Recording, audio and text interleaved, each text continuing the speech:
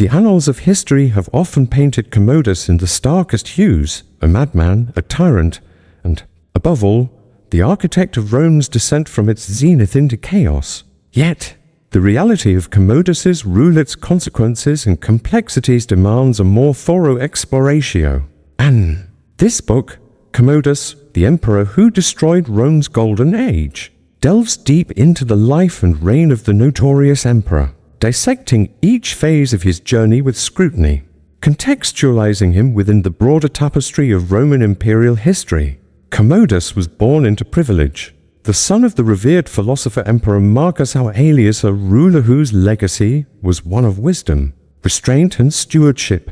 From his earliest days, Commodus was ensconced in the opulence of Roman royalty, balancing the duality of palace luxury and the ever-present weight of imperial expectation. The Roman Empire, at the time of his birth, was basking in the sunlight of its golden age, a period marked by relative peace, prosperous trade, and the flowering of arts and philosophy. Yet, beneath these surface glories lay the seeds of future turmoil, personal, political, and cultural fissures that Commodus's rule would dramatically widen. No child could have been less prepared to inherit such a monumental legacy. While Marcus Aurelius labored tirelessly to impart lessons of philosophy and duty, Commodus viewed the world through a different lens, one colored by indulgence, self-gratification, and entitlement.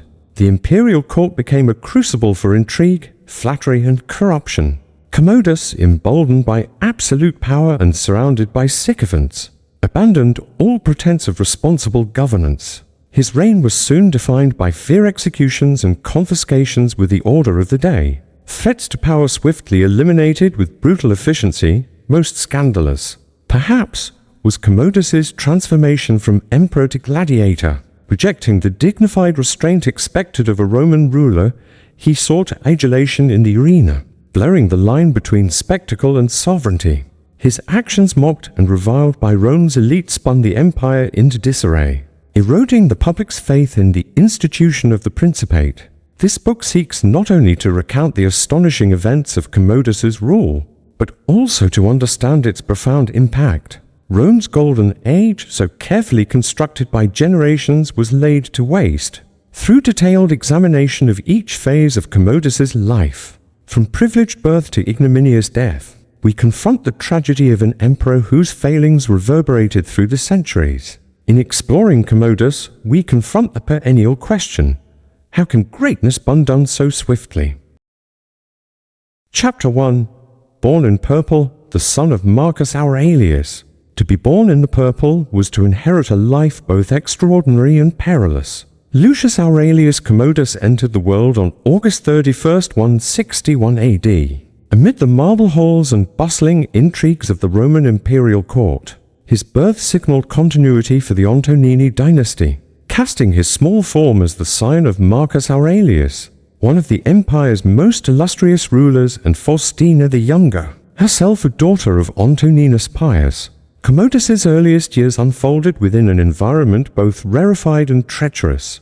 The palatial confines in which he was raised abounded with luxury fountains sparkling in atria, mosaic floors glinting with intricate artistry, and a retinue of tutors, attendants, and guards ensuring every need was met. Yet, the shadows of these grand surroundings were thick with expectation. To be an imperial heir was as much a burden as a privilege. Every action, every utterance, was watched, judged, and weighed. Marcus Aurelius, known as the philosopher-emperor, approached fatherhood with the same gravitas that marked his public writings and private reflections. Unlike his predecessors, Marcus Aurelius chose his own son as successor, a break from the practice of adopting proven leaders. From a young age, Commodus was intimately involved in the business of state, attending imperial ceremonies and learning the rituals of power.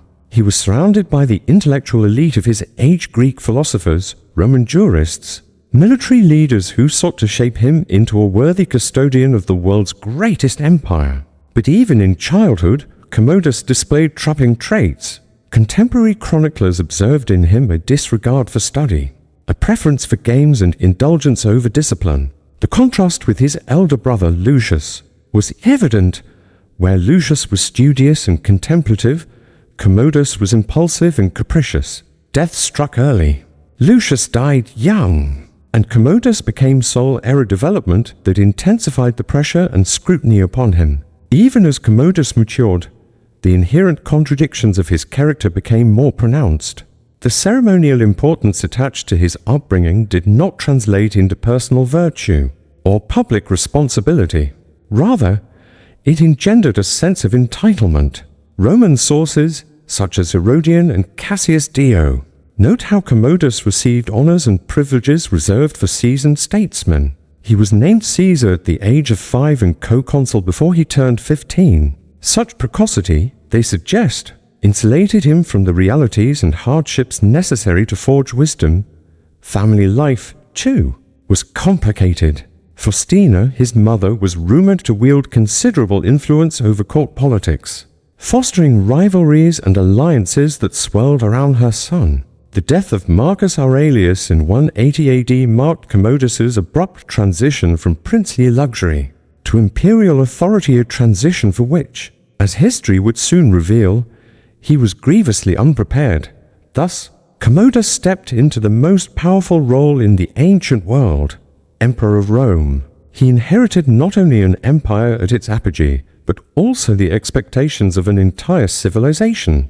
The training, privileges and honors of his youth proved to be double-edged swords. As the chapters that follow make clear, the seeds of Rome's decline were sown in the gilded nurseries and marble corridors, where Commodus was born and raised. The golden age Marcus Aurelius had so painstakingly crafted began to falter under the shadow of a son ill-suited for the burdens of empire. Chapter 2, A Child of Two Worlds, Palace Life and Imperial Expectations. Commodus's childhood was an exercise in duality caught between the sumptuous indulgence of palace life and the suffocating expectations inherent in imperial succession. Within the polished confines of Rome's palaces, the young prince enjoyed the privileges of a godlike status. Silk-draped beds, endless feasts, and the constant attendance of slaves and tutors formed the backdrop of his formative years. Golden coins bearing his image were distributed throughout the empire, an early assurance of dynastic continuity, yet this world of comfort was only half his reality. The other half was shaped by the relentless gaze of Rome itself. Senators, generals, and citizens closely monitored the heir's every move, projecting their hopes and anxieties onto his developing personality.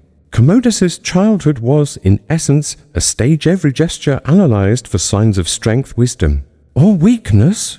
In Rome, the imperial family existed not simply as individuals, but as living symbols of the state's stability. Education in the palace was rigorous in theory, if not always in practice. Marcus Aurelius insisted on providing his son with the best tutors, drawing upon both Greek and Roman intellectual traditions. Commodus was exposed to philosophy, rhetoric, history, and law. Renowned thinkers, such as Galen the famed physician, were enlisted to oversee his physical and intellectual development.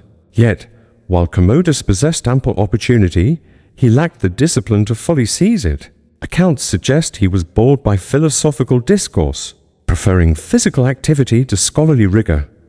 Palace life, meanwhile, contributed to a sense of isolation, surrounded by servants and courtiers who rarely spoke candidly. Commodus grew accustomed to flattery and deference. Genuine friendships were rare. Alliances were fleeting, cut short by intrigue or shifting power. The imperial household was beset with its own dramas. Faustina's reputed influence, the rivalry between siblings and the lurking tensions of succession. Beyond the palace walls, the expectations were no less acute. Commodus, as the direct heir, represented Marcus Aurelius's experiment in hereditary ruler gamble rarely taken in Roman history, and one that would ultimately have disastrous consequences. The Senate watched with skepticism, wary that Commodus's temperament lacked the gravitas required for leadership. The military harbored its own doubts, uncertain whether the prince would honor the traditions of discipline and merit. Ceremonial life underscored these tensions. From a tender age, Commodus was paraded before the legions and the people, forced to participate in rituals meant to endear him to Rome's citizens. Triumphs, games, and public festivals required his constant presence. Such events were both empowering and stifling. They communicated the vast power he would one day wield, while underscoring the relentless scrutiny he would face as Commodus approached adolescence. These conflicting forces shaped his psyche with unsettling results. The world inside the palace made him accustomed to instant gratification and unquestioned authority, while the responsibilities looming outside filled him with anxiety and resentment. Rather than reconcile these worlds or develop the virtues prized by Roman tradition, Commodus rejected the very premise of duty. His response, as later chapters reveal, was to retreat ever further into self-indulgence, surrounding himself with loyalists who would shield him from unpleasant truths. The consequences of this upbringing were far-reaching. When Marcus Aurelius died and Commodus ascended the throne, he brought with him not the wisdom or discipline of his forebears, but a sensibility shaped by insularity and privilege, a sensibility disastrously ill-equipped to confront the myriad challenges of imperial rule. In Commodus's failure to bridge these two worlds, Rome's golden age foundered. The empire, at its apex, stood on the precipice of decline. Chapter 3, Heir to a Philosopher, the shadow of a great father. Marcus Aurelius looms over Commodus's life and reign like a speck to the model of Stoic virtue, whose legacy both defined and haunted his son. The shadow of such a great father was both a blessing and a curse, casting Commodus in an unrelenting light of comparison, expectation, and ultimately disappointment. Marcus Aurelius, renowned for his meditations, ruled with a philosophical mind and a steady hand. His principles of stoicism, valor, self-restraint, wisdom were inculcated into the structure of Roman governance, shaping an era that historians often refer to as Rome's Golden Age. The emperor's writings reveal a deep concern for the difficulties of leadership and the unpredictability of human character. He was acutely aware that imperial authority, if wielded improperly, could destroy the very foundation of Roman order. Against this backdrop, Marcus sought to prepare his son for the immense burdens of rule. From the time Commodus was a boy, he was exposed to the intellectual climate of his father's court. Philosophers and statesmen debated the nature of law, ethics, and power in his presence. Marcus encouraged Commodus to attend public assemblies and legal proceedings, hoping to instill a sense of justice and civic obligation. Lessons were imparted not only through formal education, but also through example. Marcus's own comportment was marked by stoic endurance amid adversity, integrity in decision-making, and a genuine concern for the welfare of the citizenry. Yet, the gap between father and son grew wider as Commodus entered adolescence. Whereas Marcus seemed to thrive on duty and reflection, Commodus recoiled from them. Increasingly indulging in the pleasures of his station, he found philosophical discourse tedious, viewing it as the relic of an older generation. Instead, he gravitated towards pursuits that provided immediate thrill or gratification: chariot races, gladiatorial games, and lavish banquets. The contrast between Marcus's austerity and Commodus's extravagance became the subject of whispered court gossip and public lament. The Senate, which had developed a near reverence for Marcus Aurelius, was alarmed. Their hopes had been pinned on the continuation of his legacy. Commodus's evident lack of interest in philosophy and statecraft sowed seeds of anxiety and distrust. Reports circulated of the young prince mocking his father's advisors, disregarding their counsel in favor of flatterers who would echo his whims. Marcus Aurelius, for his part, was not oblivious to these shortcomings. In his later years, there are indications both in his writings and the commentaries of contemporaries that he recognized Commodus's failings. Nonetheless, in a decision still debated by historians, Marcus resolved to bequeath the empire to his own son rather than adopt a more suitable heir, whether out of paternal affection, dynastic loyalty, or a belief in Commodus's latent potential. He laid upon his son a burden almost impossibly heavy. With Marcus's death in 180 AD, Commodus's inheritance became absolute, but instead of embracing the mantle of philosopher-emperor, he reacted with impatience and indifference. The elaborate ceremonies marking his succession only served to highlight the absence of his father's qualities.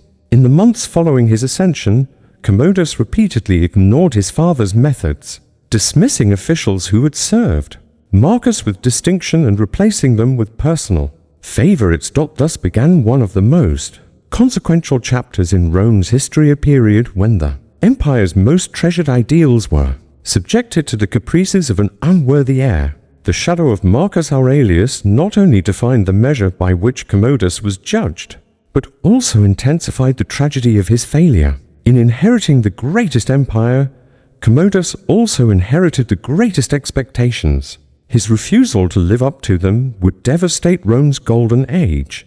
Chapter 4: The Young Emperor. An unprepared ruler ascends. Commodus's accession to the throne was met with an uneasy mix of celebration and foreboding. At just 18, he held the supreme power over an empire stretching from the windswept hills of Britain to the sun-scorched sands of Egypt, an expanse truly staggering in its diversity and complexity.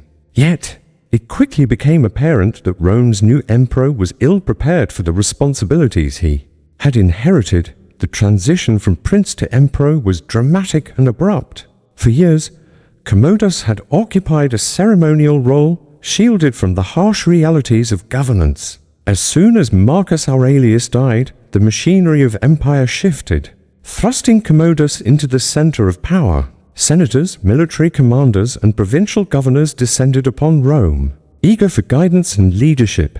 Commodus, accustomed to deference and pleasure, found himself overwhelmed by the magnitude of expectation.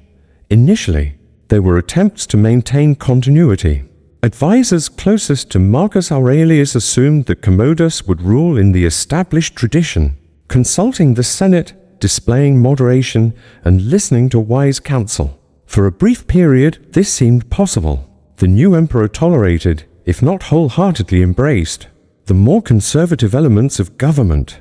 In public appearances, he spoke of honoring his father's legacy, preserving Rome's stability, and promoting harmony. However, these gestures quickly proved superficial. Commodus, lacking patience and interest in administrative affairs, delegated most matters to trusted sycophants. He signaled his preference for leisure over labor, spending long hours at games, banquets, and private entertainments rather than in council. The imperial court, sensing the shift, adapted to the new climate where access to the emperor depended on personal favor rather than merit. This marked the beginning of institutional decay at the heart of Rome. The army, traditionally a cornerstone of imperial legitimacy, grew restive. Commodus failed to command the respect or loyalty that his father had earned.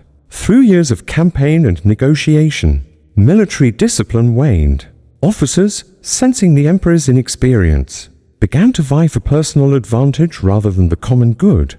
In the provinces, governors sought to consolidate their own power, exploiting the emperor's absentee rule.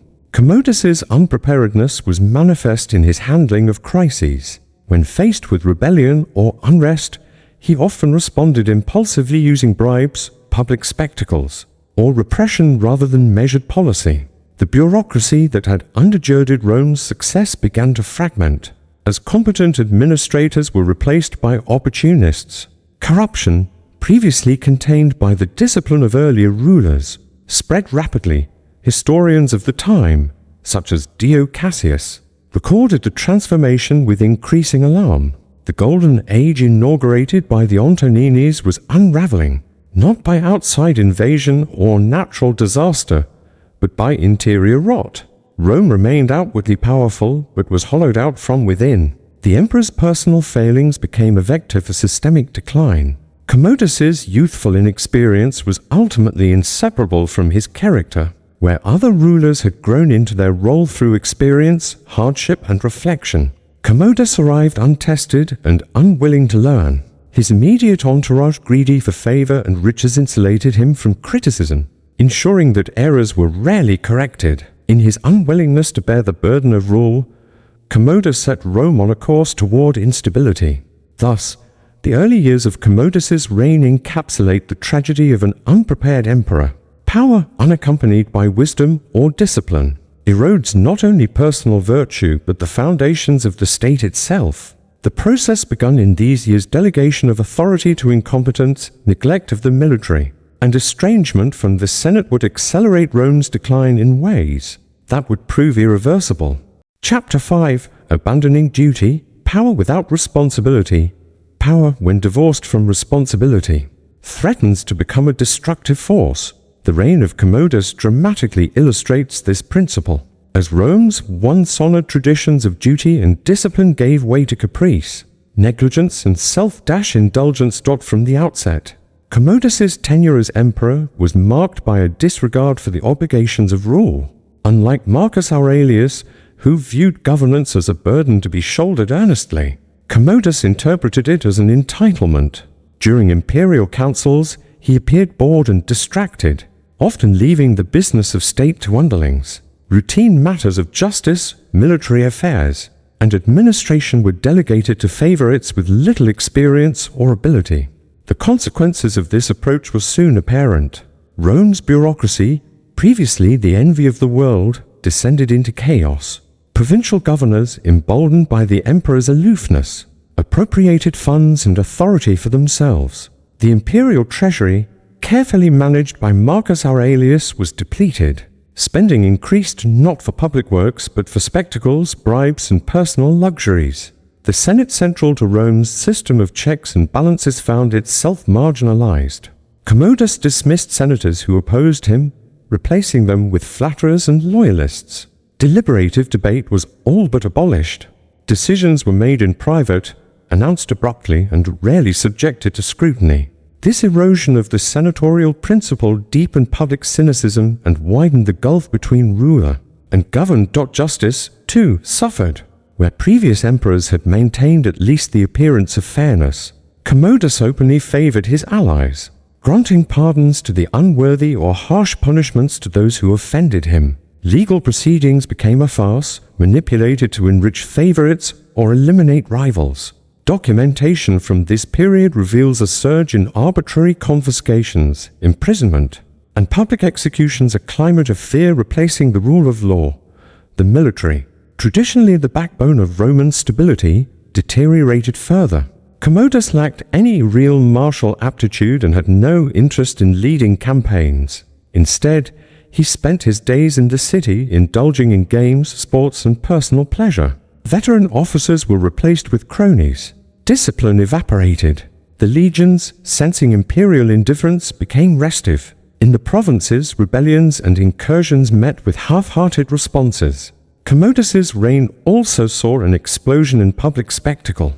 Gladiatorial games, lavish festivals, and extravagant building projects were undertaken less to benefit the people than to distract them. The emperor appeared frequently at these events, seeking adulation in the arena rather than respect in the council chamber. The state's resources, squandered on these entertainments, steadily drained the financial reserves accumulated over decades. The abandonment of duty by Commodus was thus catastrophic in its effects. Responsibility, so central to the Roman vision of leadership, was replaced by whim. The empire's systems, built on discipline and merit, began to collapse under the weight of incompetence and vice. The Senate's powers were gutted, the military demoralized, justice subverted, and the public diverted by spectacle. It is no exaggeration to say that Commodus's neglect accelerated Rome's descent from its golden age. Toward darkness, the empire, so painstakingly built by preceding generations, was imperiled from within. In prioritizing personal pleasure and power over responsibility, Commodus transformed the imperium from a system of governance into one of personal rule. Ultimately, tyranny. The aftershocks of his abdication of duty would reverberate long after his death, shaping the course of Roman history for generations. Chapter 6. The Court of Corruption, Favorites, Flatterers, and Plots. In the waning years of the 2nd century, the imperial court of Rome transformed from the seat of power and virtue into a nest of vice and intrigue. Commodus, inheriting not only the empire but also its vast apparatus of governance, rapidly reshaped the court in his own image. No longer a bastion of meritocracy and discipline, the courtiers of power teamed with sycophants, conspirators, and opportunists who thrived under the emperor's capricious favor. Upon his accession, Commodus displayed little interest in the affairs of state or the traditions of senatorial council. He was charismatic and malleable, a ruler more concerned with pleasure and spectacle than with duty. This disposition created a fertile environment for favorites to flourish. Lucius Soterus, a freedman of extraordinary influence, became the archetype of Commodus's chosen confidants. With access to the emperor unparalleled even by seasoned senators, Soterus quickly amassed wealth and authority, wielding power through his proximity to the throne. Favoritism bred resentment. The established elite senators, patricians, and veteran administrators chafed under the ascendancy of men once considered beneath their station. Many sought to curry favor with Commodus through flattery, offering extravagant praise and lavish gifts. Such gestures were calculated rather than sincere, designed to safeguard one's position or to undermine rivals. The emperor, for his part, relished this courtly adulation, feeding his vanity and deepening his detachment from reality. Yet beneath the surface, darker schemes unfolded. The court became a theater of plots and counterplots as rivals vied for dominance. Poisonings and assassinations were common, often masked as unfortunate accidents or divine retribution. The distinction between friend and enemy blurred. Alliances shifted with each change in the emperor's mood. Commodus himself vacillated between trust and suspicion, granting privileges one day and ordering executions the next. The atmosphere was so thick with intrigue that even the slightest whisper could spell disaster. The Praetorian Guard, once the protectors of imperial stability, devolved into tools of intimidation and racketeering. Their loyalty depended not on principle but on bribes and personal gain. Commodus, aware of their potential threat, alternately courted their favor and sowed discord among their ranks. At the heart of the corruption stood Commodus's insatiable appetite for sensory pleasure and entertainment. Lavish feasts, sensual revelry, and extravagant displays punctuated the daily life of the court. Temples and monuments, once symbols of imperial virtue, became settings for debauchery. Moral restraint was replaced by excess, prudence by indulgence. As the emperor indulged himself, his subordinates followed suit, accelerating the descent into decadence. The consequences for Rome were dire. The empire's greatest minds, jurists, philosophers, and generals were marginalized or silenced, their wisdom drowned in the cacophony of obsequious voices. Positions of authority, from governorships to military commands, were awarded not for ability or merit, but for loyalty and flattery. Corruption became institutionalized, with justice and governance subordinated to personal interest. In this atmosphere of sustained moral collapse, the machinery of empire began to falter. Provincial unrest increased as competent administration eroded. The seeds of rebellion were sown not only on distant frontiers, but also within the heart of Rome itself, as the alienated elite conspired against the regime. Commodus, uncaring and unaware, continued to surround himself with favorites, oblivious to the mounting dangers both within and beyond the palace. The court of Commodus thus epitomized Rome's decline. Superficially resplendent, a scene of golden statues, costly apparel, and sumptuous banquets, it masked the inner rot that threatened the empire's core. In place of valor and civic spirit, Rome was governed by the whims of an emperor and the machinations of his favorites, marking the beginning of the end for what had once been the world's greatest civilization. Chapter 7. Rome ruled by fear, executions and confiscations. As Commodus tightened his grip on the imperial power, fear became the prevailing currency of governance. The mechanisms of terror-swift executions, public humiliations, and relentless confiscations were perfected into instruments of control. Commodus's rule was not merely autocratic, it was tyrannical, relying upon violence and intimidation to silence opposition, consolidate authority, and amass wealth. From the outset, Commodus demonstrated a willingness to employ lethal force against perceived threats. The fate of the Senate was emblematic. Senators who had the temerity to question imperial policy or criticize the emperor's conduct found themselves subject to false accusations, sudden arrest, and summary execution. The charge of treason became a catch-all pretext, invoked with chilling regularity. The executioners acted with impunity, staging public spectacles designed to instill dread among Rome's political and social elite. Confiscation of property was a natural corollary. The assets of those who fell victim to imperial wrath, estates, wealth, and even family heirlooms were seized and redistributed, both to reward loyal supporters and to finance Commodus's lavish entertainments. Needed funds for the expanding appetite of the court and army were increasingly acquired, not through legitimate taxation but through arbitrary seizure. The system became self-feeding.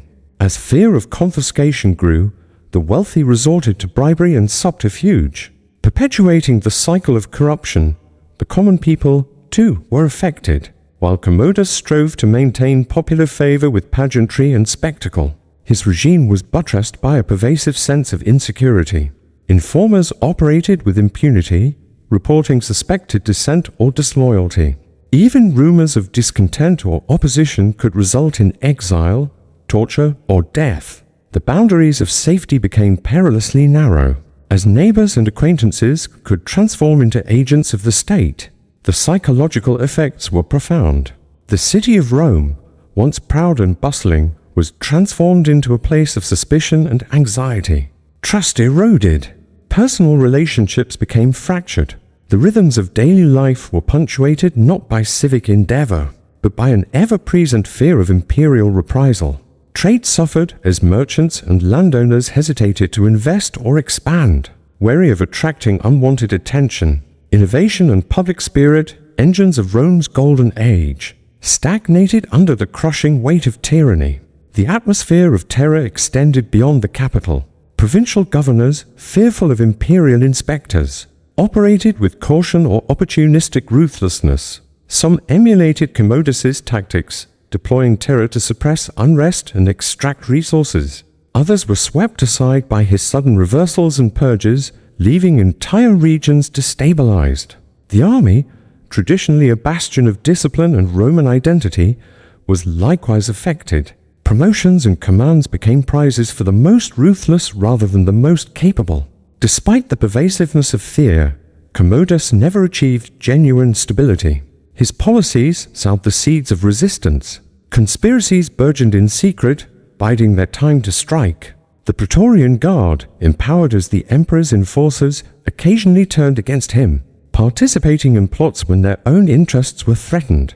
The more Commodus sought to instill fear, the more he alienated those upon whose support he most depended. In sum, Commodus's reign of terror battered the foundations of Rome's greatness. By supplanting the bonds of civic trust with dread, he weakened the fibers that had sustained the city's prosperity and unity. Executions and confiscations intended to safeguard the regime paradoxically hastened its decay. As terror replaced virtue, Rome's golden age faded into darkness, its brilliant promise lost to the shadows of imperial paranoia and violence. Chapter 8: The Emperor as Gladiator, Spectacle and Scandal. Perhaps nothing so vividly illustrated Commodus's dereliction of imperial dignity as his persistent engagement with the world of the gladiator. In public games, in private contests, the emperor discarded the mantle of Caesar and donned the attire of a common brawler, an act at once scandalous and intoxicating for the urban populace. The gladiatorial games were central to Roman culture, serving both as entertainment and as a demonstration of imperial generosity. Yet under Commodus, the spectacle underwent a radical transformation. The emperor did not merely sponsor games. He starred in them, entering the arena with calculated bravado. His appearances were meticulously choreographed, preceded by a ceremonial entrance and the adulation of the crowds. Commodus fought not as a mere participant, but as a champion, slaughtering animals and mock opponents in exaggerated displays of prowess to the masses. This spectacle was electrifying. The emperor's physical strength and skill were celebrated, creating a cult of personality that blurred the distinction between ruler and performer. Commodus reveled in his role, adopting the persona of Hercules reborn, even commissioning statues that portrayed him wielding a club and a lion's skin. Medals, coins, and official proclamations invoked his supposed divine power, reinforcing the image of a god emperor descended to the mortals for their entertainment. Yet behind the facade lay scandal and outrage. The senatorial class, guardians of tradition and decorum, regarded the emperor's gladiatorial persona as an affront to the dignity of Rome. Never before had an emperor so overtly degraded his office. The appearance in the arena was tantamount to sacrilege, an inversion of the natural order. Many regarded Commodus's behavior as evidence of madness or moral depravity, a desecration of all that Rome held sacred. Moreover, the contests themselves were rigged. Commodus was never in genuine danger. His opponents were selected for weakness or forced to submit, ensuring the emperor's victory. Reports abounded of brutal excesses, animals slaughtered pointlessly, prisoners executed in mock combat. The games transformed from acts of skill to spectacles of cruelty. The cost to the treasury was immense, as Commodus lavished gold upon those who staged the contests. Bankrupting public finances for personal amusement, scandal inevitably led to conspiracy. Members of the elite, humiliated and alarmed by the emperor's conduct, sought ways to curb his excesses. Secret societies formed, plots fermented in shadowed colonnades. Yet Commodus's popularity among the masses protected him. Any attempt to remove the emperor could risk widespread revolt.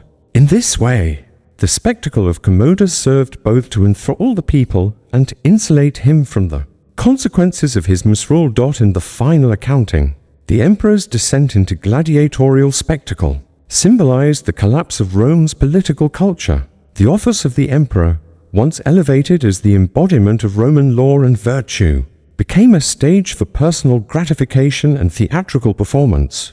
The people, seduced by amusement and illusion, became spectators to their own decline, applauding the ruler who destroyed the very foundations they cherished. Chapter 9. Madness or Performance? The cult of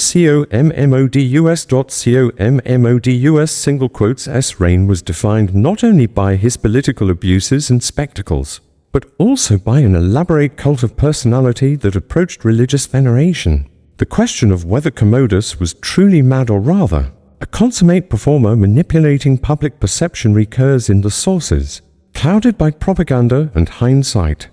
From the earliest days of his rule, Commodus cultivated an image of himself as semi-divine, a living god among men. He adopted titles previously reserved for the preeminent deities of the Roman pantheon, styling himself as Hercules Romanus.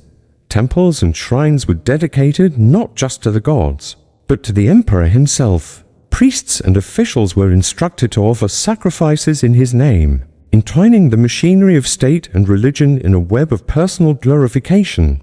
This cult extended to physical commemoration. Statues and coins depicted Commodus garbed in lion skin and wielding a club, the attributes of Hercules. Public proclamations extolled his power and grace, announcing him as the savior and benefactor of Rome. The emperor himself participated in ritual sacrifices, sometimes conflating his own person with the gods he purported to incarnate. The effect on the populace was profound and ambiguous. Many embraced the emperor's divine persona, joining in festivals and processions that blurred the lines between worship and loyalty. Bread and circuses provided material comfort. The cult offered ideological justification. To question Commodus's divinity was heresy, punishable by exile or death. The machinery of propaganda was relentless, drowning dissent in orchestrated pageantry. Yet behind the devotion, skepticism thrived. The senatorial class resisted the deification of the emperor, regarding it as evidence of megalomania. Philosophers and chroniclers speculated whether Commodus had lost touch with reality, driven to madness by unchecked power and indulgence. The spectacle of gladiatorial games, torture, and excess reinforced this perception, painting the emperor as a figure simultaneously feared, pitied, and despised. Modern scholarship remains divided. Was Commodus truly insane, afflicted by a psychological disorder that rendered him incapable of sober governance? Or was he a calculating performer, employing outrageous behavior to consolidate power and distract from his regime's failures? Evidence exists on both sides. The emperor could be lucid and strategic. He could also be erratic, impulsively ordering executions or embarking on elaborate religious ceremonies. What cannot be doubted is the corrosive effect that this cult had on Roman institutions. The boundary between ruler and ruled became indistinct, as the emperor's persona dominated all aspects of public life. Law, religion, and culture became vehicles for personal aggrandizement. The machinery of the state, once geared toward collective prosperity, was diverted to the perpetuation of one man's image. In the end, whether madness or performance, the cult of Commodus symbolized a profound rupture in Rome's history. The ideals of republican virtue, stoic moderation, and civic duty gave way to autocracy and adulation. The emperor ceased to be the servant of the people and became their master, or, perhaps more accurately, their idol, emblematic of both their hopes and deepest anxieties. Chapter 10, The Fall of the Senate, Humiliation of Rome's Elite, the legendary Senate, core of Roman governance and guardian of tradition, found itself humiliatingly subjugated under Commodus's rule.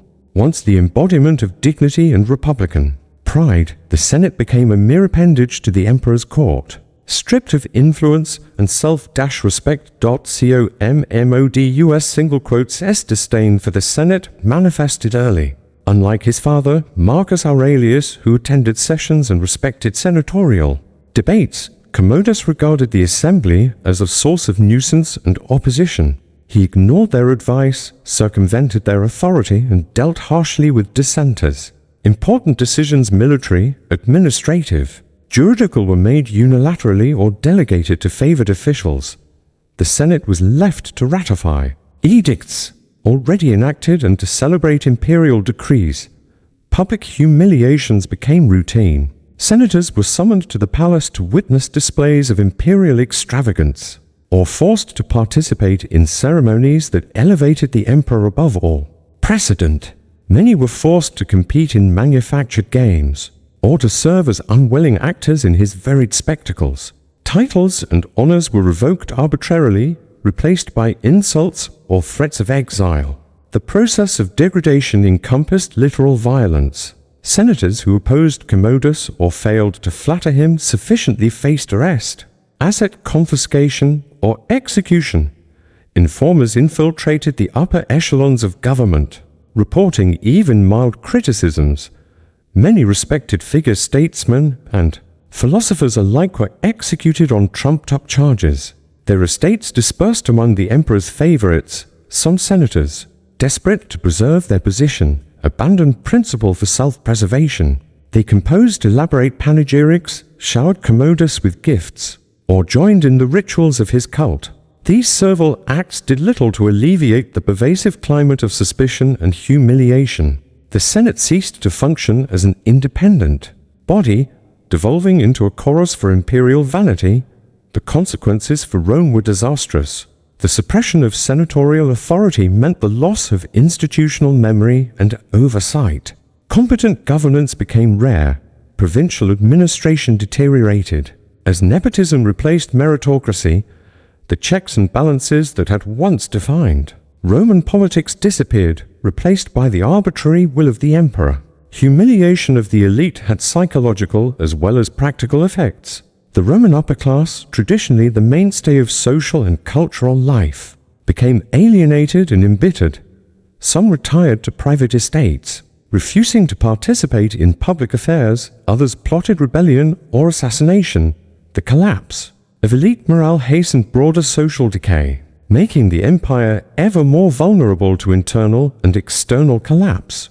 Commodus's systematic subjugation of the Senate marked a definitive rupture in Rome's tradition of shared governance. By humiliating those who should have constrained and guided his rule, he undermined the very foundation upon which the empire rested. The fall of the Senate was not only an institutional disaster, but also a moral one, a sign that Rome's golden age had been lost to the will of a single, unrestrained ruler. Chapter 11, Selling the Empire, Offices, Justice, and Greed. Corruption, ever present in the annals of imperial government, reached new heights under Commodus, whose regime transformed venality into policy. Offices, honors, and even judicial verdicts were bought and sold openly, reducing the machinery of state to a marketplace of greed. The sale of official posts began as a means to generate revenue for the emperor's entertainments and personal luxury. Governorships, military commands, priesthoods, and municipal offices all became commodities available to whoever could pay the highest price. Those without wealth were forced to borrow or form dangerous alliances, perpetuating cycles of indebtedness and intrigue. The consequences were immediate and dire. Incompetent and unscrupulous officials proliferated, motivated not by public service, but by personal gain. Provincial governors extorted resources from their subjects to recoup the cost of their offices. Magistrates dispensed justice according to bribes and personal interest.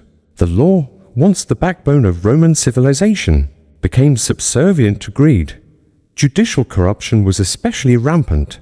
Litigants paid for favorable outcomes. The innocent were condemned if their adversaries could outbid them. Commodus himself was known to intervene, overturning verdicts or pardoning criminals in exchange for tribute. The concept of civic virtue collapsed, replaced by a pervasive cynicism that eroded the trust between government and governed. This marketplace extended beyond official posts to honors and privileges, titles of nobility, exemptions from taxes, and permission to engage in profitable enterprises all were for sale. Amassing personal wealth became the central aim of administration, with officials collaborating to maximize exploitation. The empire, once held together by reason and law, became a patchwork of petty fiefdoms, each serving the interests of its paymasters. Greed infected every level of society. Merchants and landowners devised new schemes to profit from imperial largesse families, plotted marriages and alliances to secure lucrative appointments. The notion of the common good all but disappeared, replaced by a zero-sum competition for advantage. Yet the greatest beneficiary, naturally, was Commodus himself. The sums collected through the sale of offices and judgments financed his entertainments and the orgiastic life of the court. Little was invested in public works or defense. The army, too, became susceptible to bribery and favoritism, undermining its effectiveness on the frontiers. In sum, the commodification of Rome's institutions constituted a profound rupture in the empire's fabric. By reducing governance to the pursuit of personal profit, Commodus accelerated economic decay and social alienation. The empire's prestige and unity were mortgaged for short-term gain, leaving a legacy of instability and bitterness that would haunt Rome for generations. Chapter 12: The People's Idol, Bread, Games, and Deception. Upon the death of Marcus Aurelius in 180 AD, the city of Rome's atmosphere was one of cautious optimism. The empire, flecked by years of relative peace and prudent governance, seemed poised to continue its trajectory of enlightened prosperity. Into this hope stepped Commodus, a young emperor whose portrait was sculpted less from the marble of responsibility and more from the malleable clay of vanity and indulgence. The early years of Commodus's rule were marked by a public parade of generosity, an orchestrated campaign designed to present the new emperor as the incarnation of Roman benevolence and heroism. Commodus understood, perhaps intuitively, the elemental needs and desires of Rome's teeming populace. Bread and circuses had long been the twin pillars upon which imperial favor was secured. The distribution of grain and the staging of grand games within the circuses and amphitheaters became the emperor's chief instruments of goodwill. Lavish spectacles were arranged with a frequency and scale hitherto unseen. The Colosseum, over which Commodus presided with a gladiator's ardor, was transformed into a theater not solely of entertainment, but of imperial propaganda. Commodus himself, assuming the persona of Hercules reborn, strode into the arena to participate in staged battles, his victories loudly proclaimed and his invincibility enshrined in myth. And yet, beneath this veneer of public munificence, a troubling decay spread through the foundation of Roman society. Commodus's obsession with self-glorification led him to equate imperial dignity with personal adulation. Statues were commissioned, coins minted, and monuments erected depicting him as a demigod, his visage replacing traditional Roman symbols in a calculated campaign of self-promotion. The emperor's desire was not merely to be revered as ruler, but to be adored as the living embodiment of strength and virtue, a goal pursued with relentless extravagance. The excesses of these public displays exacted a high cost. The imperial treasury, carefully managed under Antonini's stewardship, was rapidly depleted to fund the spectacles and largesse demanded by the emperor's self-image. Grain reserves meant for sustenance were diverted to ensure the smooth execution of gladiatorial games and theatrical festivals. Not all in Rome were blinded by the spectacle. The Senate, alarmed by Commodus's disregard for fiscal prudence and traditional values, began to murmur against the emerging cult of personality.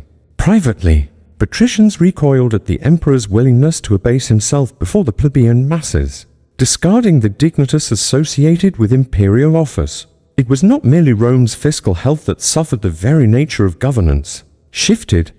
Commodus proved indifferent to the complexities of administration, delegating crucial decisions to an ever-rotating cabal of favorites and courtiers, many of whom were selected for their capacity to flatter rather than advise. The bonds of trust and merit that had defined the previous regime weakened, replaced by a corrosive atmosphere of suspicion and opportunism. The people, however, were slow to see the rot beneath the abundance, as bread distributed freely assuaged. Their hunger and games provided respite from the drudgeries of daily life. Commodus's approval remained intact, yet, even among the masses, rumors of deception began to circulate. The emperor's staged victories in the Colosseum were whispered to be elaborate charades, his gladiatorial prowess exaggerated, his dangers mitigated by the careful choreography of harmless opponents. The line separating ruler and performer blurred, fostering a sense that imperial power itself was little more than theater. In the pursuit of popularity, Commodus sowed the seeds of Rome's discontent. The populist strategies that endeared him to the multitude engendered contempt among the elite, setting in motion a dynamic of division that eroded the unity of the state. The city itself, once the fulcrum of reasoned debate and political cooperation, transformed into a battleground of factions, those who benefited from the emperor's largesse, and those who bristled at his degradation of office. Thus, the reign of Commodus began not with open tyranny, but with the insidious allure of bread and games, a calculated dance of deception that masked the emergence of a darker, corrosive force, unbeknownst to the people who cheered and dined on imperial bounty. The foundations of Rome's golden age were quietly crumbling, worn away by the very spectacle meant to preserve them. Chapter 13. Conspiracies in the Palace, Poison, Daggers, and Betrayal. As Commodus's reign progressed, the opulent splendor of his court became the breeding ground for intrigue, treachery, and relentless conspiracies. The emperor's increasing withdrawal from the responsibilities of governance fostered an environment where ambition and fear coalesced in dangerous measure. The corridors of power, once guarded by the respect commanded by the Antonini emperors, now reverberated with the hushed tones of plotting and duplicity. The roots of conspiracy were deeply entwined with Commodus's erratic behavior, his penchant for favoritism, and the capricious elevation of unworthy courtiers created an atmosphere of instability. Those who fell out of favor faced exile, confiscation, or, more chillingly, death. The Senate, marginalized and disrespected, found itself in the crosshairs of imperial disdain. Noble families plotted to protect their legacies, while rivals within the palace schemed to ascend the treacherous ladder of influence. Among the most notorious plots was the conspiracy orchestrated by Lucilla, Commodus's own sister. Lucilla, once the wife of the respected co-emperor Lucius Verus, viewed her brother's descent into extravagance and cruelty with mounting horror. Her concerns were not merely political but personal, driven by the instinct to preserve the dignity of her bloodline. In a bold act of defiance, Lucilla and her sympathizers attempted to assassinate Commodus, a plot that, owing to its haphazard execution, failed. The aftermath was brutal. Lucilla was executed, her conspirators hunted down, and the emperor's paranoia deepened immeasurably. Poison became a favored instrument in the arsenal of would-be assassins. The careful administration of lethal substances within the palace, often disguised within delicacies or drinks, turned the act of dining with the emperor into a perilous gamble. The physician Cleander, an ambitious freedman elevated to the highest ranks of government, wielded his influence with ruthless cunning, eliminating rivals through methods both subtle and direct. The air of suspicion suffused the entire imperial household. Trust was a currency no longer in circulation. Daggers, too, played their deadly role. The Praetorian Guard, the supposedly loyal protectors of the emperor, were themselves often implicated in plots against his life. Commodus's relationship with his guards oscillated between bribery and terror, their allegiance always for sale, to the highest bidder. The palace, normally a sanctuary of stability, became a labyrinth in which even walls seemed to whisper secrets and footsteps echoed betrayal. Betrayal emerged as the tragic leitmotif of Commodus's rule. The emperor, increasingly isolated and distrustful, lashed out at real and imagined enemies alike. His reliance on informers grew, and execution lists became commonplace. The reign of terror extended beyond the palace gates, ensnaring senators, generals, and philosophers whose only crime was the suspicion of dissent. In the search for loyalty, Commodus discovered only treachery. The impact upon Rome itself was profound. Governance was paralyzed by the climate of fear. Decisions were delayed and policy stultified by the constant anticipation of purges and reprisals. Competence became an endangered virtue, as the truly capable steered clear of the emperor's court for fear of lethal favor or deadly failure. Rome's administrative machinery, so finely tuned in previous generations, shuddered with the weight of dysfunction and mistrust. There were moments, fleeting and rare, when the true cost of these conspiracies flickered into view. The death of Lucilla, in particular, sent chills through the patriciate. The message was clear: no one, not even the emperor's own kin, was safe from the deadly consequences of ambition and opposition. Rome grew restive, its stability undermined not by external foes, but by the cancer of internal treason. Commodus, for his part, responded to mounting threats not with reform, but with further decadence and brutality. His indulgences became more pronounced, his public persona more theatrical and complacent. The games grew yet more lavish, the bread distributed in greater quantities, but the substance of rule, justice, wisdom, duty receded ever further from the imperial stage. In this atmosphere, poison, daggers, and betrayal became the language of survival. The palace was no longer a place of governance, but a crucible in which the ambitions of the many vied for supremacy against the vicious persistence of one. Commodus, at the heart of this maelstrom, failed to comprehend the severity of the threat his own misrule had fostered. The consequences, as subsequent chapters will reveal, would be both dramatic and disastrous. Chapter 14, The Assassination Plot, When Even Lovers Turn Enemies. The denouement of Commodus's reign is marked by a chilling irony. His downfall was orchestrated not by distant rivals or foreign enemies, but by those intimately bound to his person. The palace, which had been the scene of innumerable abortive conspiracies, finally became the stage for an operation devastating in its intimacy and efficiency. Commodus's relationships, characterized by extravagance, volatility, and manipulation, proved fertile ground for betrayal. Chief among his closest associates was Marcia, a concubine whose influence over the emperor extended beyond mere affection to the corridors of policy and power. Marcia had long occupied a precarious position within the imperial household.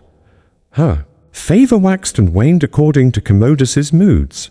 Her survival depended upon her ability to anticipate the emperor's whims, shield herself from the ire of jealous rivals, and maintain a delicate balance between loyalty and self-preservation. As Commodus's paranoia metastasized, Marcia found herself increasingly endangered.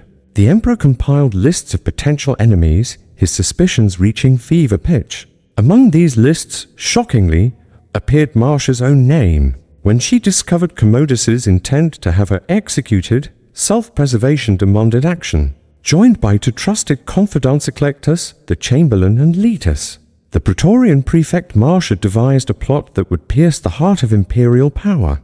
The assassination plan was designed to exploit Commodus's vulnerabilities. Poison, a recurring motif in palace machinations, was chosen as the initial instrument of death. Marcia, with access to the emperor's food and drink, administered a toxic concoction into his evening cocktail. Commodus consumed the potion, but fate intervened. Rather than dying swiftly, he was gripped by nausea and retreated to his bath. Weakened but not vanquished, the conspirators, recognizing the urgency, shifted tactics. While Commodus languished in a stupor, Narcissus, a professional, athlete and trusted confidant, summoned into the plot, entered the emperor's private quarters. In a grim tableau, Narcissus strangled the incapacitated emperor, ending Commodus's life after 12 years on the throne. The aftermath of Commodus's assassination reverberated through Rome. With astonishing speed, the news was presented to the Senate not as a moment of mourning, but as deliverance. The city erupted, not in lamentation, but celebration. Mobs roamed the streets, tearing down statues and public monuments dedicated to Commodus. His memory, branded with infamy, was consigned to oblivion by public decree. The personal relationships that had defined the emperor's life, his lovers, courtiers, guards, and confidants, proved ultimately to be agents of his demise. The act of betrayal took on a solemn aspect. It was, in the eyes of many, not murder or rebellion, but an act of collective salvation. The lines between intimacy and enmity, loyalty and self-preservation, had become indistinguishable under the weight of fear and tyranny. This episode encapsulates the tragic paradox of absolute power. Those closest to it are inevitably those best positioned to wield its undoing.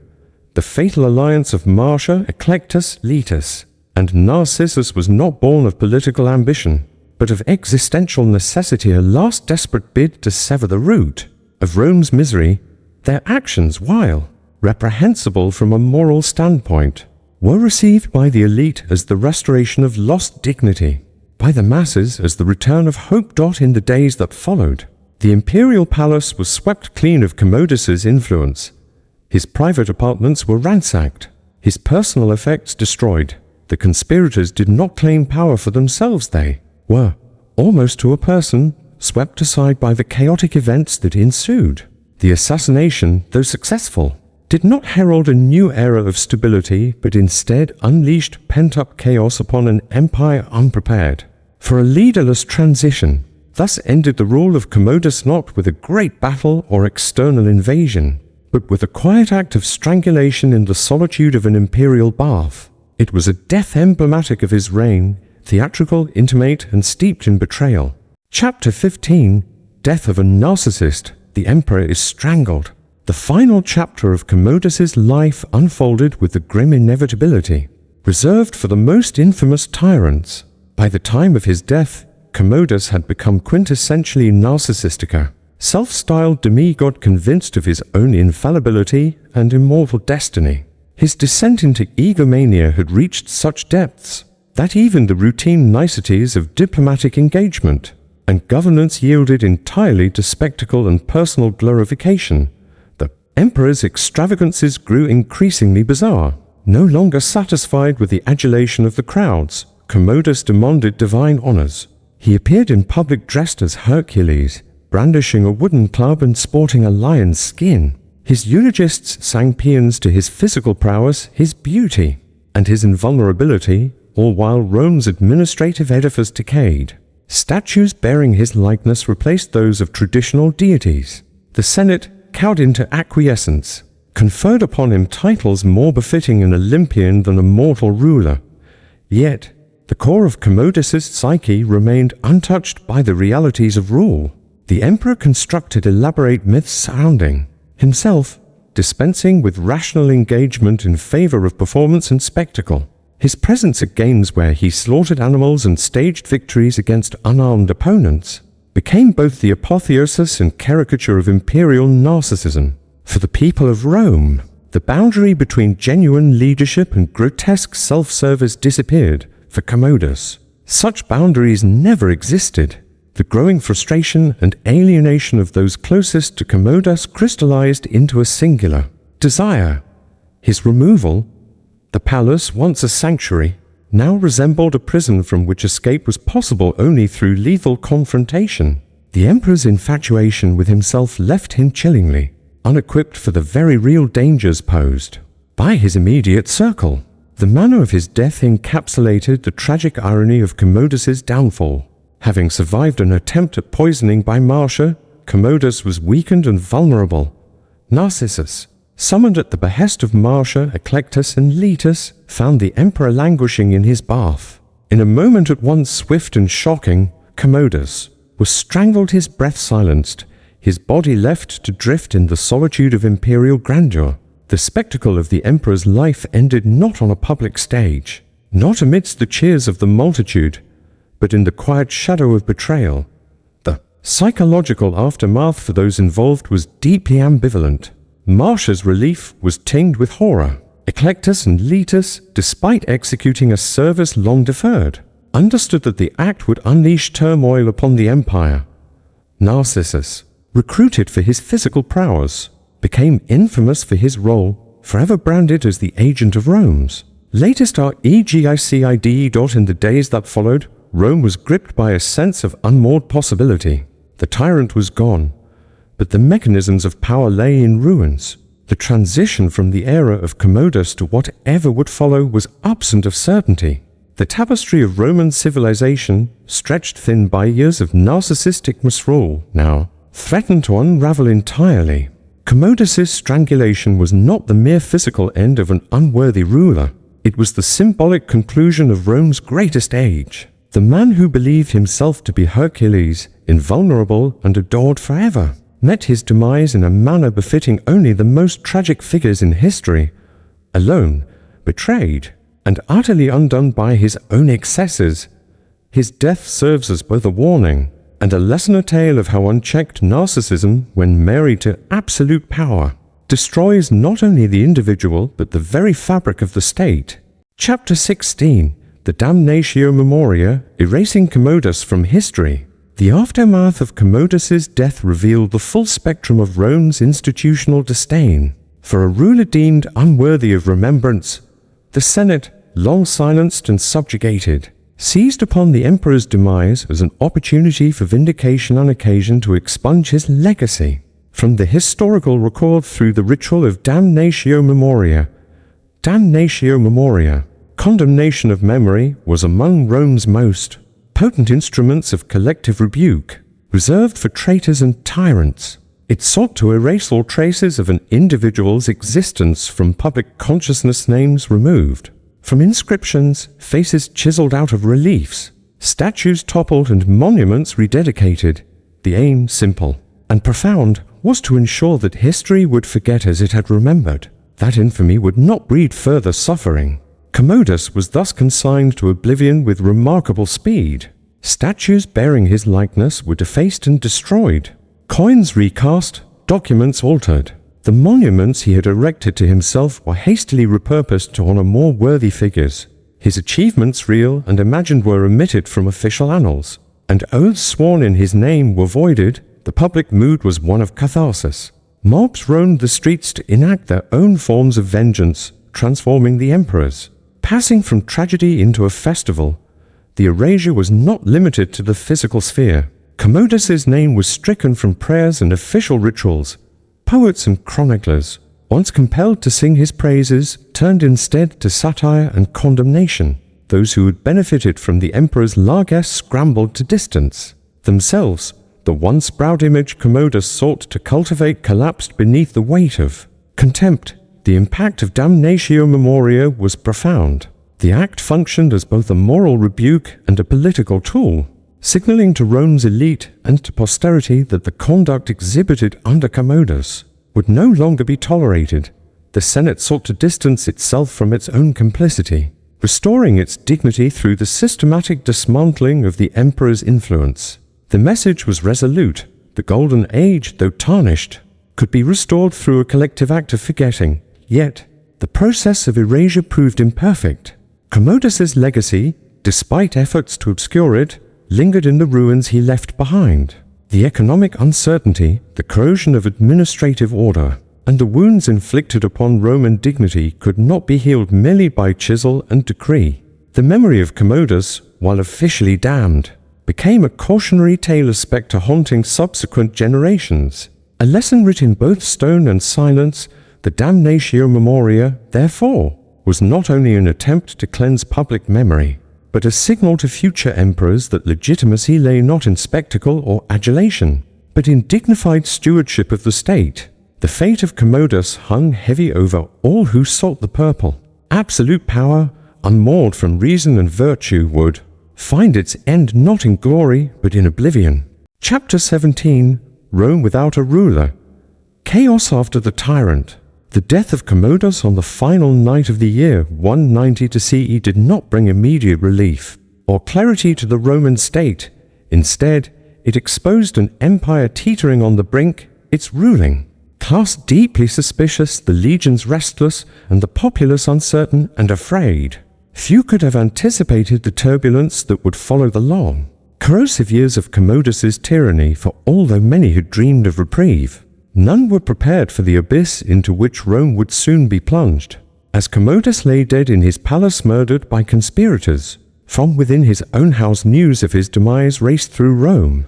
The euphoria felt by those closest to the seat of power was immediate yet short-lived. The assassination, orchestrated by his mistress Marcia, the chamberlain Eclectus, and the Praetorian prefect Letus, was intended to save the empire. But in eliminating the emperor, they also obliterated the threadbare vestiges of authority that Commodus's presence still maintained. Within hours, the Senate was summoned. Senators, many of whom had lived for years under threat of execution for the slightest imagined offense, now seized the initiative. Commodus was declared a public enemy posthumously. Statues were toppled, his name was stricken from records, and the city's collective memory sought cleansing through violence and decree. However, these acts, potent as they were in symbolic terms, did little to mend the torn fabric of Roman governance. The power vacuum at the heart of the empire now yawned wide. Into this void stepped Publius Helvius Pertinax, an elderly senator and soldier, acclaimed emperor by the Praetorian Guard. In the early dawn, Pertinax, a man of principle and austere habits, seemed an antidote to Commodus's excess. He sought in his brief reign to restore order, slashing palace expenses, recalling exiles, and attempting to implement long-ignored reforms. Yet, his authority was precarious.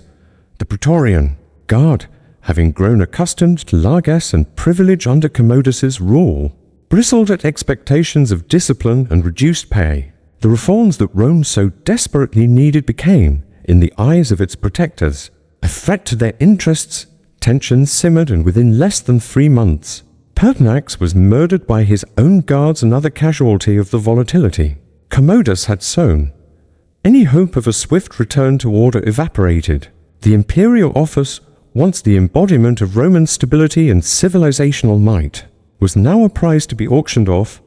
In a moment unprecedented in the annals of empire, the Praetorian Guard openly sold the throne to Didius Julianus, the highest bidder, a transaction as grotesque as it was foreboding. The people of Rome, aghast and humiliated, mourned not only for their emperor, but for their city and its honor. Tumult engulfed the capital. Mobs roamed the streets, decrying the new ruler and calling for intervention. Legions in the provinces, loyal to their commanders rather than to the concept of empire, prepared to march on Rome. Political legitimacy had collapsed. Commodus' single quotes s. legacy was not confined to the depravity of his reign. It was incarnated in the chaos that erupted upon his death. The mechanisms that had once balanced power and preserved continuity, senatorial advice, consensual rule, military loyalty, were now in tatters. In the absence of a strong, unifying leader, Rome found itself beset from all sides by faction, intrigue, and the omnipresent threat of civil war. The murder of Pertinax made clear what some had feared, that the empire's fate might hinge less on the wisdom of its leaders than on the force of arms, and the whims of the powerful. Thus, as the new year dawned in 193 CE, Rome was not liberated, but fractured, its people longing for the stability they had derided under Commodus, its elite jockeying for control, and its armies poised for bloodshed. In the fading echoes of the tyrant's fall, the empire's golden age was already lost, and the struggle for Rome's soul had only just begun. Chapter 18, The Year of 5 Emperors, Civil War returns. No sooner had the empire reeled from Commodus's death than it was thrust into fresh convulsions. The so-called Year of the 5 Emperors would become a byword for chaos, for in 193 CE no less than 5 men laid claim to the imperial purple, each backed by his own legions and ambitions. Where there had been a single unassailable ruler proclaimed by divine right, there now swirled a deadly contest between generals, senators, and soldiers. Rome, still bruised from Commodus's misrule, became the theatre of a new, blood-soaked drama. The catalyst for these events was the sale of the imperial throne to Didius Julianus, an act that engendered widespread outrage and dissolved any notion of imperial dignity. The Praetorian Guard, responsible for both the protection and the murder of emperors, had revealed its venality and shattered the legitimacy of succession. For those still loyal to the old ideals, this abomination demanded rectification. 3 provincial commanders, each sensing opportunity and convinced of his own right to rule, rose in rebellion: Septimius Severus in Pannonia, Pescennius Niger in Syria, and Clodius Albinus in Britannia. Each commanded the fierce loyalty of his troops, men hardened by frontier campaigns, resentful of the corruption rampant in Rome, and eager for a leader who might restore honor and order. Septimius Severus, a man of cunning and ambition, wasted no time. Rallying his Danubian legions, he marched on Rome, proclaiming himself emperor in opposition to Julianus. News of his advance sent the capital into paroxysms of fear. Julianus found little support. The Senate, terrified of both the mob and the armies approaching from the north, quickly abandoned him, betrayed by the very guard that had sold him the throne. Julianus was executed after barely 2 months as emperor, another casualty. In a widening spiral of violence, Severus entered Rome as a conqueror, but his position was anything but secure. In the east, Pescennius Niger commanded a formidable force and was recognized as emperor by the provinces of Asia and Egypt. To the west, Albinus controlled Britannia and the loyalty of its legions. The stage was set for a civil war reminiscent of the sanguinary contests of the late Republic. The machinery of Roman unity, already battered, now fractured under competing claims to sovereignty. Over the course of the next 2 years, the empire was bathed in blood. Severus moved swiftly to secure his rear, first neutralizing the threat posed by Albinus through an uneasy alliance, and then marching eastward to confront Niger.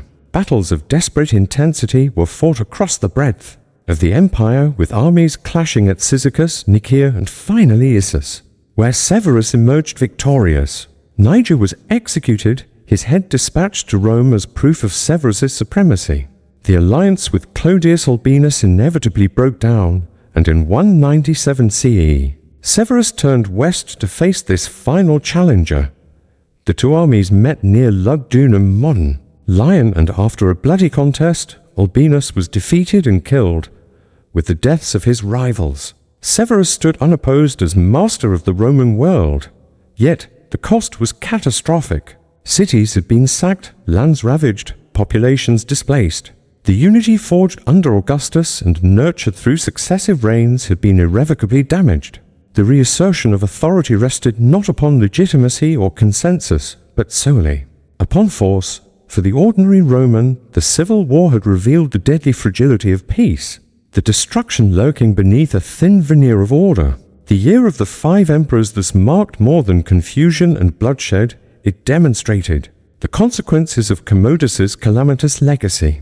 His assassination and the absence of a clear, accepted succession ignited old rivalries and inflamed ambitions, ushering in an era defined by military rulers and political violence. The spiral of instability would not soon be checked. The year 193 CE, rather than spelling a new beginning, opened the way for generations of strife, a tragic testament to the emperor who shattered Rome's golden age. Chapter 19. The end of the golden age, from stability to decline. The 30 years preceding Commodus's reign are often heralded as Rome's zenith, both materially and culturally. Under the Antonini emperors, the empire enjoyed the Pax Romana, a prolonged peace, efficient administration, flourishing trade, and remarkable urban development. Laws were codified, citizenship expanded, and the military, though constantly engaged on the frontiers, enjoyed decisive victories. It was during this era that Marcus Aurelius, the philosopher king, embodied the union of virtue and authority that so many historians have since idealized. But with the ascent of Commodus, the equilibrium began to unravel. The imperial office, once defined by the imperatives of service and military leadership, became the instrument of a single man's caprice. Commodus, disdainful of the Senate's traditions and resentful of its influence, steadily abolished the collaborative governance that had enabled successive emperors to maintain control and balance. His acts of vanity, from the mass renaming of months to the deification of himself while living, were more than eccentricities, they were corrosive acts that undermined the very foundations of Roman identity.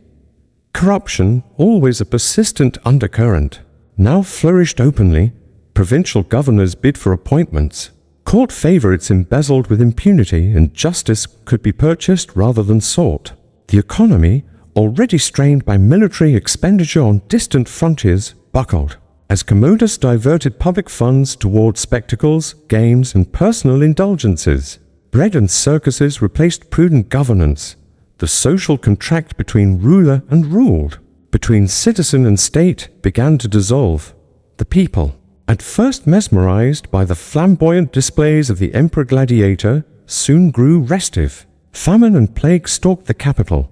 The promise of prosperity gave way to uncertainty and fear. The average Roman be senator, equestrian, plebeian, or provincial now found himself subject not to universal law, but to the unpredictable will of an emperor surrounded by sycophants and informers. Public virtue gave way to private advantage. The idea of Rome as a commonwealth bound together by shared values began to fade. With the death of Commodus, the dissolution became complete.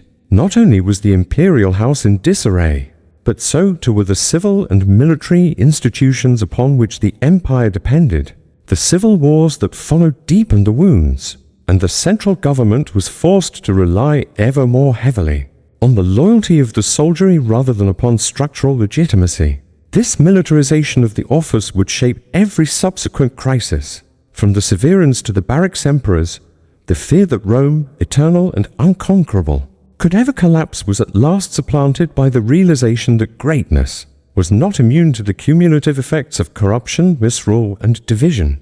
The Golden Age came to a close not in a singular event, but through a gradual erosion accelerated by Commodus and solidified in the years that followed. The precedent was set. Emperors would come to power through violence.